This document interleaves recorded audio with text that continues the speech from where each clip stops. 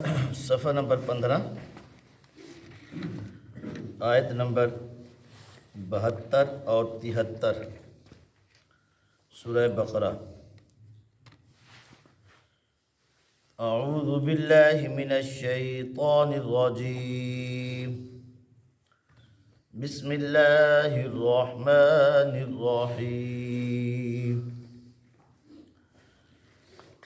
وَإِذْ قَتَلْتُمْ نَفْسًا فَادَّارَأْتُمْ فِيهَا وَاللَّهُ مُخْرِجٌ مَا كُنْتُمْ تَكْتُمُونَ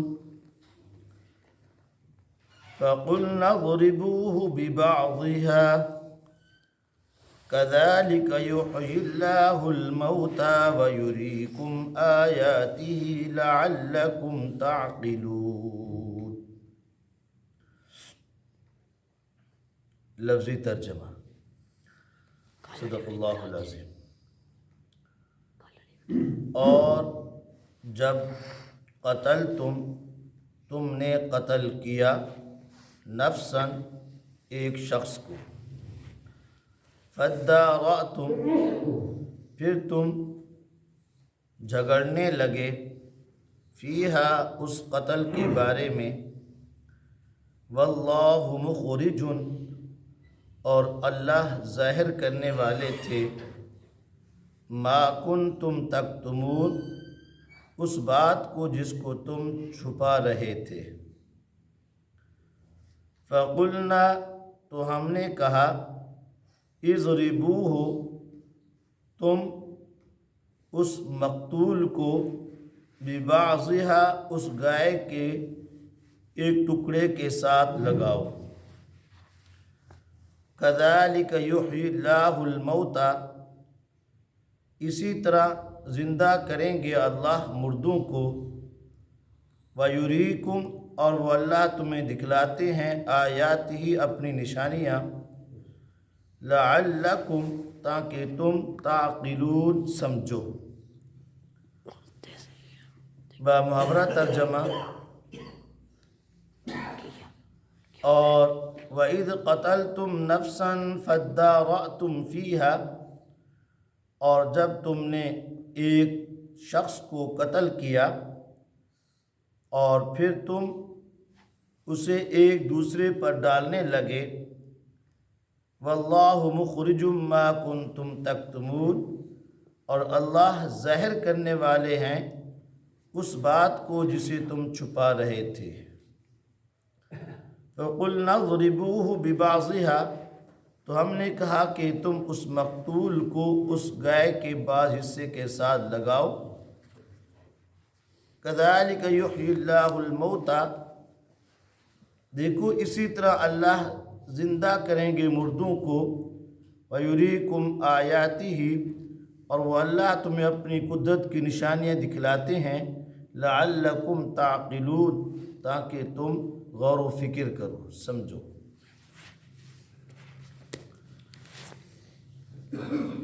ان آیات کا گزشتہ آیات کے ساتھ ربط اور تعلق واضح ہے کہ گزشتہ 5 آیات کے اندر جس واقعہ قتل کو بیان کیا تھا، اسی واقعہ کا ابتدائی حصہ ان 2 آیات کے اندر بیان فرمایا ہے، جیسا کہ کل میں نے آپ حضرات کے سامنے واقعہ قتل بیان کیا تھا۔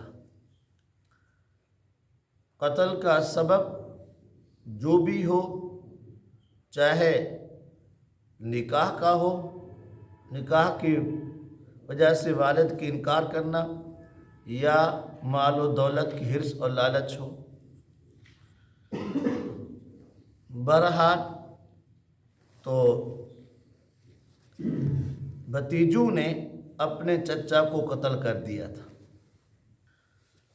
اور لکھا ہے کہ اگر اس کا سبب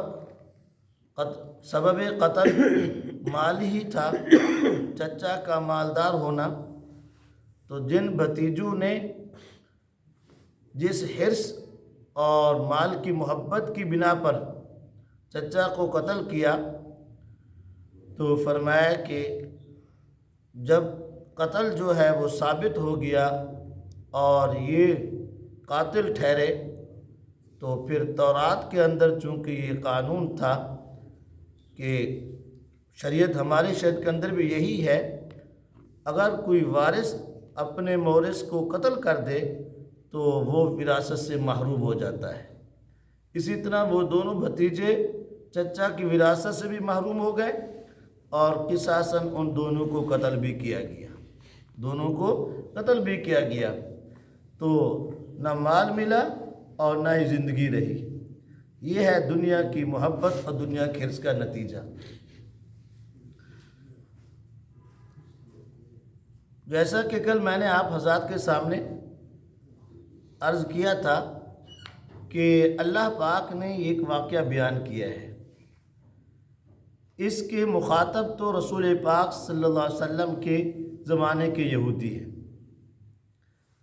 اور انہیں یہ بتلانے کے لیے کہ دیکھو کہ تمہارے بڑوں نے، تمہارے آباء و اجداد نے ایسے مال کی لالچ میں یا خواہشات نفسانی کے اندر اپنے ایک مورث کو، رشتہ دار کو کیا کہتے ہیں، قتل کیا تھا۔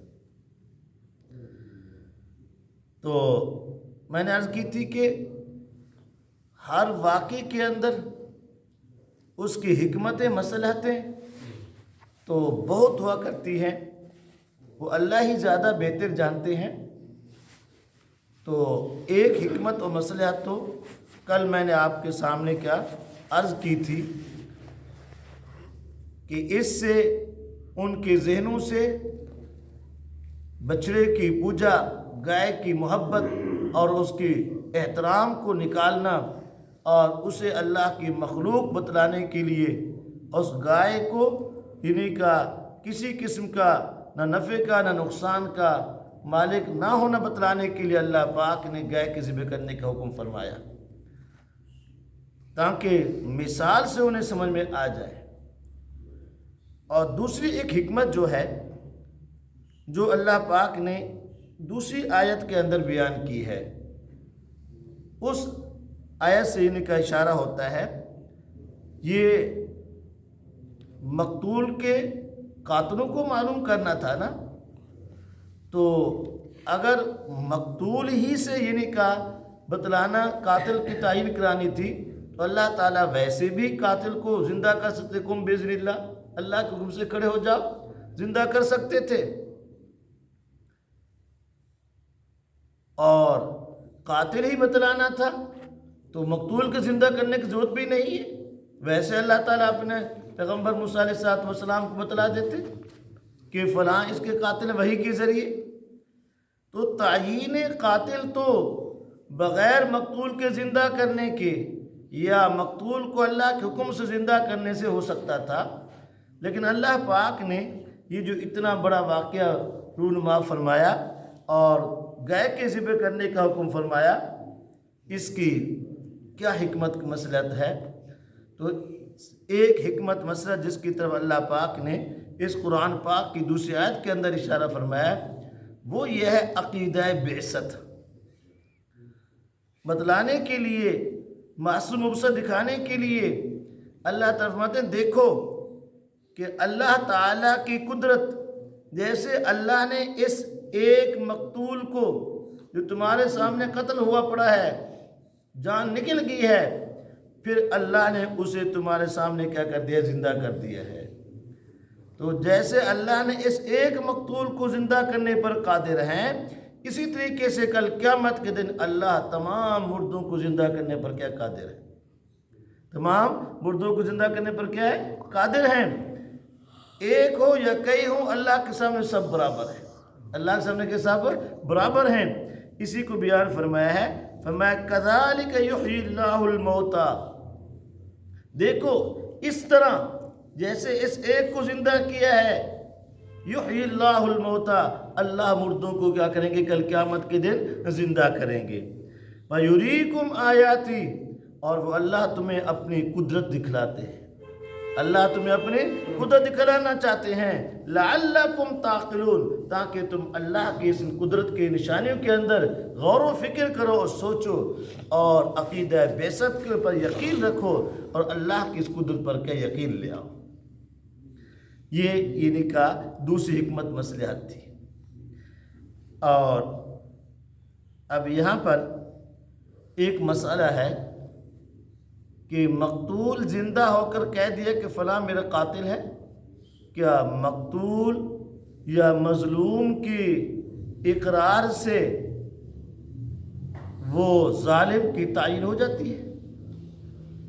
مظلوم کے اقرار سے کہ ظالم کی تعین ثابت ہو جاتی ہے کہ وہاں گواہوں کی ضرورت نہیں رہتی؟ اگر صرف مظلوم یا مقتول کے اقرار ہی سے ظالم کی تعین ہو جائے، ثابت ہو جائے ظالم، گواہوں کی ضرورت نہ ہو، پھر تو ہر ایک دوسرے پر تہمت لگاتا رہے گا۔ حالانکہ شریعت کے اندر تو کسی کا ظلم ثابت کرنے کے لیے، کسی کو ظالم متعین کرنے کے لیے بھی اسی طرح گواہی یعنی کا شرعی گواہی کی ضرورت ضروری ہے۔ شرعی گواہی جو ہے وہ دو آدمی، عادل آدمی آ کر گواہی دیں واقعی انہوں پہ کیا کیا ظلم کیا ہے یا انہوں نے اس کو کیا قتل کیا ہے۔ تو یہاں مقتول کی اقرار سے، زندہ ہو کے بتلانے سے، اور ان کو کیا دونوں کو قاتل ٹھہرا دیا گیا اور اس کو یعنی کا میراث سے بھی محروم کر دیا گیا اور انہیں قتل بھی، قصاصاً قتل بھی کر دیا گیا۔ یہ ایک سوال تھا، تو اس کا جواب یہ دیا کہ واقعی مسئلہ یہی ہے کہ محض مقتول یا مظلوم کے اقرار سے وہ ظلم ثابت نہیں ہوتا۔ ظلم کے ثابت کے لیے شرعی گواہی کا ہونا ہی ضروری ہوتا ہے۔ یہاں چونکہ ساتھ اللہ پاک نے بذریعہ وحی حضرت موسیٰ علیہ السلام کو بتلا دیا تھا کہ واقعی یہی دونوں کا، جس کا نام یہ قاتل مقتول بتا رہا ہے، ان دونوں نے کیا کیا قتل کیا ہے۔ کیونکہ جب اللہ کی طرف سے بذریعہ وحی تعین ہو گئی ہے، اس لیے اب اس سے بڑی کوئی گواہی اور نہیں ہوتی۔ اس لیے فرمایا کہ ان کی قاتل کی تعین کس سے کیا ہو گئی، ثابت ہو گئی۔ اتنی بات تو یہ تھی یعنی کیا عوام الناس کے لیے، اور بلکہ پہلی جو مختصر مطلب تھا حکمت وہ عوام الناس کے لیے، اور یہ مسئلہ کچھ زیادہ اہل پڑھے لکھے لوگوں کے لیے۔ اور اس سے ایک بات اور بات عرض کر کے بعد ختم کرتا ہوں، جو ہمارے علماء اور طلباء کے لیے ہے، یعنی کہ گرامر سے متعلق۔ یہاں اللہ نے فرمایا فَادَّارَأْتُمْ،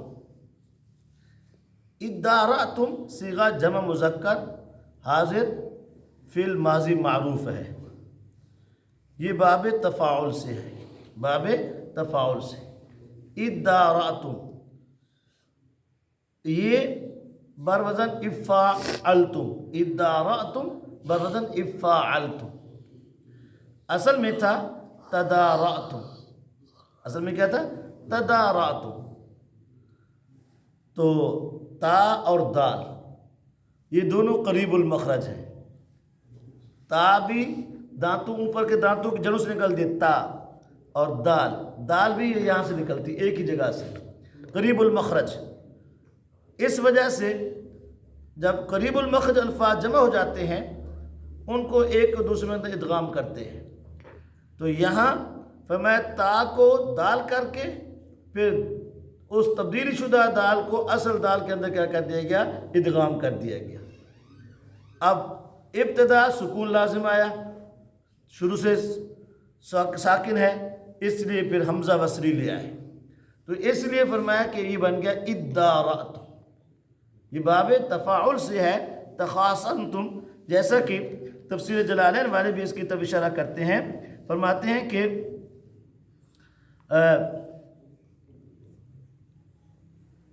ادغام التاء فی الاصل فی الدال، فرمایا کہ تا کا اصل دال کے اندر کیا کیا ادغام کیا گیا ہے، اور تخاصمتم تدافعتم، یعنی کہ یہ باب تفاعل سے ہے، تخاصم۔ یہ اس کا مادہ ہے درعن. جب مجرد درعن سے آتا ہے اس وقت اس کا معنی ہوتا ہے جھگڑنا، دفع کرنا، جھگڑا کرنا اور دفع کرنا.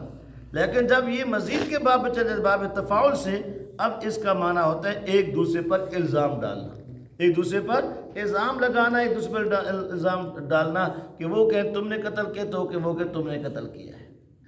تو دعا فرمائے اللہ تعالی ہم سب کو. باقی وہ مقتول جو قتل کیا گیا تھا اس کا نام لکھا تھا تفسیر جمالین کے اندر عامل. عامیل اس کا نام کیا لکھا تھا؟ عامیل. عین الف عا میم یا لام، عامیل اس کا نام تھا جو مقتول ہوا تھا. دعا فرمائے اللہ تعالی ہم سب کو اس پر عمل کرنے کی توفیق عطا فرمائے. الحمد للہ رب العالمین والعاقبۃ للمتقین والصلاة والسلام علی خیر خلقہ محمد وآلہ وصحبہ اجمعین. ربنا ظلمنا انفسنا وان لم تغفر لنا وترحمنا لنكونن من الخاسرین. ربنا لا تزغ قلوبنا بعد إذ هديتنا وهب لنا من لدنك رحمة إنك أنت الوهاب. اللهم أعنا على ذكرك وشكرك وحسن عبادتك. اللهم إنا نجعلك في نحورهم ونعوذ بك من شرورهم. یا اللہ جو مسلمان جسمانی روحانی کرومی اسپتالوں میں بیمار ہیں، یا اللہ تمام کو صحت کاملہ دائمہ عاجلہ مستمر عطا فرما. اے اللہ جو مسلمان پریشان حال ہیں، اے اللہ ان کی پریشانی کو دور فرما. اے اللہ آج تک جتنے مسلمان فوت ہو چکے ہیں، اللہ تمام کو مغفرت فرما دے، تمام کی قبروں کو منور فرما دے. اے اللہ عالم اسلام کی اتفاق و اتحاد نصیب فرما، حرمین شریفین کی حفاظت فرما. اے اللہ ہمارے وطن عزیز کی بھی حفاظت فرما. یا اللہ اس کو اندرون بن قسم کی سازشوں سے محفوظ فرما. اے اللہ اس اسلام کا قلعہ بنا، امن کا گہوارہ بنا، امن کا گہوارہ بنا. اے اللہ عالم اسلام کو اتفاق و اتحاد نصیب فرما. اے اللہ ہمارے تمام نمازیوں کی جان و مال کی حفاظت فرما. یا اللہ ان کی گھر بار کے اندر برکت عطا فرما. یا اللہ ان کی ہر پریشانی کو دور فرما، ہر جائز حاجات کو پورا فرما. اے اللہ ہمارے یا اللہ اس درس قرآن کو قبول فرما. یا اللہ اپنی رضا کے لیے قبولیت نصیب فرما. یا اللہ ہم سب کے لیے ذریعہ ہدایت بنا دے. صلی اللہ تعالی علی خیر خلقہ محمد وآلہ وصحبہ.